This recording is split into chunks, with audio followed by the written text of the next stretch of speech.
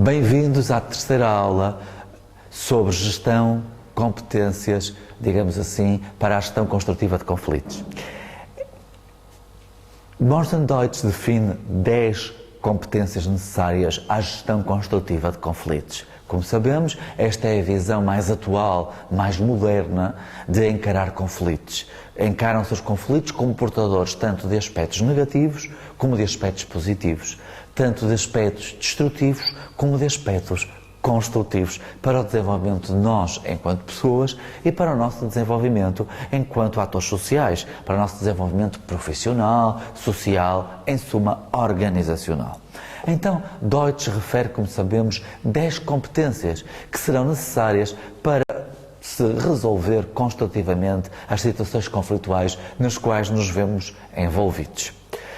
Se nas primeiras 5 competências nós nos centrávamos muito em competências mais de ordem macro, que tinham a ver com a filosofia, as questões do saber ser, saber estar, na temática das situações conflituais para as gerir construtivamente, agora veremos que estas próximas 5 se situam muito mais em aspectos concretos, operacionais, de facto do saber fazer, para se conseguir gerir construtivamente as situações conflituais nas quais estamos integrados. Assim, comecemos logo pela primeira. Manter uma comunicação aberta, uma escuta ativa e atenta e falar de modo a fazer-se entender. Quase dá a ideia, depois de lermos esta competência, que tudo aquilo que respeita à comunicação humana na linguagem verbal e não verbal está nesta curta e breve frase. E na verdade há um quê de verdade nesta questão. Vamos ver porquê. Passa a redundância da verdade e de tanta verdade que esta frase poderá ter. Mas é de facto um aspecto importante a salientar. Quando Deutsch refere uma comunicação aberta, nós temos que falar que num conflito, quando a comunicação entre as partes está quebrada, nós sabemos de certeza absoluta que estamos numa das piores fases do conflito. De certeza absoluta que estamos a atingir a luta, a disputa ou até mesmo a fase da eclosão. Ou que estas fases já foram inclusivamente atingidas. Isto significa dizer que a pior opção que podemos ter com alguém, quando estamos com esse alguém, num conflito, sabendo nós que este funciona por espiral, os conflitos funcionam por escalada irracional, a pior opção que podemos ter é a de quebrarmos a comunicação direta com essa pessoa. Exceto se isso for um movimento que representa um impasse estratégico. Isto é, se nós racionalmente pensarmos que é útil ter um momento de afastamento entre as partes para depois regressar ao contacto direto, porque o afastamento físico da comunicação direta proporciona, efetivamente, um destacamento emocional no sentido das emoções negativas. Portanto, proporciona um distanciamento emocional necessário para depois estarmos mais racionais na gestão do conflito com a outra parte. Mas essa é a nossa honrosa exceção, a de criar um impasse estratégico, temporário, transitório, de curta duração, para podermos estar, de alguma forma, longe da pessoa, da presença física da outra pessoa, para quando regressarmos, estarmos mais racionais de novo, para não darmos asa que o conflito tome proporções que seriam absolutamente desnecessárias. De outra maneira, tirando essa exceção, quebrar a comunicação, ter uma comunicação pouco fluida, tudo isso são sinais de que o conflito nos conquistou e de que, efetivamente, estamos a ir pelo pior caminho. Na realidade, quando temos um conflito com alguém, se o nível de tensão entre as partes não for muito elevado, o melhor que temos a fazer é procurar ter uma comunicação aberta, fluida, transparente, sempre que possível, e lutar, diria eu, arduamente para que isso aconteça. Isso implica também saber-se escutar ativa e atentamente o outro. Bem, nós sabemos que na mente humana nós estamos capazes de identificar 2 grandes mecanismos. Um é o de atenção, que neste momento estão a ter para comigo. Outro é o de retenção. Na medida em que estão atentos, reterão as informações que estão a receber.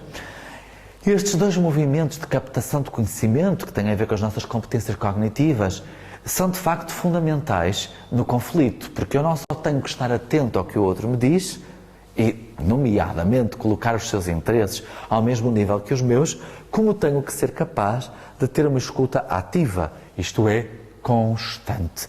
Tenho que desenvolver a minha capacidade de audição, de escuta do outro, sem o interromper, exceto quando for necessário para obter informação que seja importante para a gestão do conflito. Por fim, falar de modo a fazer-se entender. Quantas vezes os conflitos acontecem porque nós não falamos da forma mais adequada e culpabilizamos a outra parte por esse facto, pelo facto de não nos ter entendido, quando na realidade o ónus da questão pode estar precisamente em nós. Muitas das vezes fomos nós que não nos fizemos expressar da forma mais funcional, mais adequada, para que a outra parte compreendesse de facto aquilo que nós queríamos dizer. Portanto, manter uma comunicação atenta, uma escuta ativa e falar de modo a fazer-se entender são aspectos centrais, são uma competência necessária para a gestão construtiva de conflitos. De seguida, Deutsch fala-nos de uma das mais importantes competências da gestão construtiva de conflitos. Estar alerta a situações de enviesamento, a distorções perceptivas, a juízos erróneos e a pensamento estereotipado, que com frequência, eu diria com muita frequência, ocorrem em todas as partes no decorrer do conflito. Então, porque é que todas as partes, se quisermos no modelo bilateral de duas partes, porque é que ambas as partes, de facto, constantemente estão em situações de enviesamento, de distorções perceptivas, de juízos errados e erróneos sobre o outro e muita etiquetagem, muito etiquetar a outra parte. Eu sou o bom, a parte boa, eu sou o que tenho razão, eu sou o bem e a outra parte é a má, o mal, a que não tem razão. Porquê que isto é assim? Basicamente porque o raciocínio humano tem uma grande avareza ou poupança cognitiva. Nós somos muito mais limitados em termos de raciocínio, em termos de capacidade cognitiva, do que aquilo que eventualmente gostaríamos. Nós funcionamos por esquemas e por atalhos mentais. E nesse aspecto, a mente humana é de facto muito mais limitada, porque nós vemos que pessoas que conseguem ultrapassar essas grilhetas, essas grades, esses enquadramentos que todos nós temos e que efetivamente conseguem ter algo que é central para ser um bom gestor de conflitos, um negociador ou um mediador eficaz, que é precisamente a capacidade do pensamento divergente. Isto é, todos nós fomos socializados para pensar um pouco da mesma maneira, para pensarmos em termos de pensamento convergente, para convergir no mesmo sentido. Quando uma coisa diferente nos é apresentada, nós temos uma extraordinária dificuldade em conseguir concretizar isso, porque de alguma maneira foge dos nossos esquemas de pensamento. Nós funcionamos por esquemas, por atalhos mentais, por heurísticas.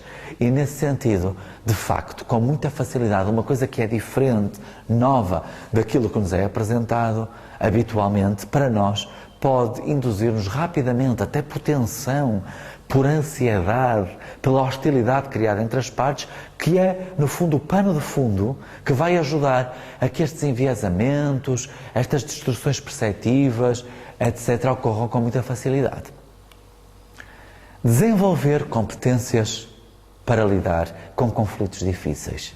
De facto, temos muitos dados na literatura que nos dizem também que as pessoas que estão capazes, que são competentes a lidar com conflitos difíceis, têm de facto competências reais e cabais de gestão de conflito. Quanto maior for a nossa competência em lidar com conflitos mais difíceis e mais, obviamente que tanto é expectável que tanto mais nós nos tornamos competentes em gerir conflitos. Portanto, não ter medo das situações difíceis para ir... porque no fundo são as situações que nos vão dando maior experiência em termos de desenvolver pensamento divergente. E nós não conseguimos resolver conflitos construtivamente se não formos capazes da imaginação, da criatividade e da inovação. A competência seguinte diz respeito ao facto de nós nos conhecermos a nós próprios, cá vamos outra vez para a máxima socrática, desta vez conhece-te a ti mesmo, e saber como geralmente se responde em diferentes tipos de situações conflituais. Eu pergunto a quem me escuta, sabem como é que habitualmente respondem às diferentes tipos de situações de conflito? Vejamos. São 5 estas dimensões habituais no conflito. Primeira, Eu estou a falar para pessoas que evitam o conflito ou têm um excessivo envolvimento. Se nós formos evitadores, isso é expresso pela nossa recusa, repressão e contínuo adiamento no enfrentar do conflito. Pelo contrário, se nós nos envolvermos muito no conflito, se formos pouco racionais e mais emocionais, sobretudo emocionais negativos, nós, de facto, de alguma maneira, teremos uma tendência para procurar o conflito como uma forma de demonstrar a inexistência de medo da situação. Muitas vezes estamos a procurar demonstrar que não temos medo, quando na realidade é precisamente o medo que nos compele a competir e a ir em frente, confrontando a outra pessoa muito mais do que o que seria desejável. A segunda dimensão diz respeito ao facto de nós podemos ser duros ou suaves quando estamos a gerir o conflito. Algumas pessoas respondem de forma agressiva e dominadora, com medo de que sejam consideradas demasiado suaves e fracas. Pelo contrário, outras têm medo de ser consideradas más e presunçosas, sendo por consequência excessivamente gentis para com os outros. Nenhuma destas abordagens, escusado será dizer, é produtiva na gestão de conflito, porque é muito radicalizada. Somos mais rígidos ou mais à vontade? Muitas pessoas procuram, desde logo, assumir o controlo da situação, definindo regras de funcionamento e descontrolando-se com qualquer desvio do caminho traçado. Portanto, com muita facilidade geram estereótipos e culpabilizam os outros se não entrarem dentro do caminho que elas próprias traçaram. No outro extremo, temos a pessoa absolutamente laxista, que repugna tudo o que seja formal, limitado ou controlado, o que também é péssimo para a gestão construtiva de conflitos. Somos mais intelectuais ou emocionais? A emoção é reprimida, controlada e isolada, de forma a não ser percebida pelo outro, tentando-se manter a aparência de alguém calmo e racional. Isto é o que faz o intelectual. O oposto, o ser humano emocional, é, no fundo, aquela pessoa que acredita que as palavras e as ideias não devem ser levadas a sério, sem que estejam acompanhadas de emoção, o que também pode interferir e muito com a comunicação. Por fim, quinta e última dimensão, ou predisposição das pessoas para responderem ao conflito, em espiral ou minimizando a espiral do conflito. Na primeira, encontramos as pessoas que vivem o conflito nos seus termos mais alargados, e a especificidade do conflito perde-se à medida que este escala em todas as suas dimensões. Isto é, eu comecei o conflito a defender A, B e C, e estou a terminar a pensar em X, Y e Z, coisas que nem sequer me haviam passado pela cabeça no início do mesmo, porque sou vítima da espiral de conflito. Na segunda, as pessoas que minimizam a escalada são as pessoas que podem ser comparadas aos evitadores do conflito, mas, ao contrário deles, reconhecem a existência do conflito. Ao minimizarem as diferenças, podem levar ao surgimento de sérios mal-entendidos. Cuidado com qualquer uma destas posições extremas. Convém estar no centro da escala para se ser assertivo. Enfim, última competência para terminarmos a sessão de hoje. Ao longo do conflito, permanecer uma pessoa que se preocupa e que é justa. Preocupa-se consigo, com os assuntos e com o outro. E que procura ser justa, sabendo-se que a justiça ou a justeza das coisas não mais é do que uma percepção, como tal, algo que se vai construindo.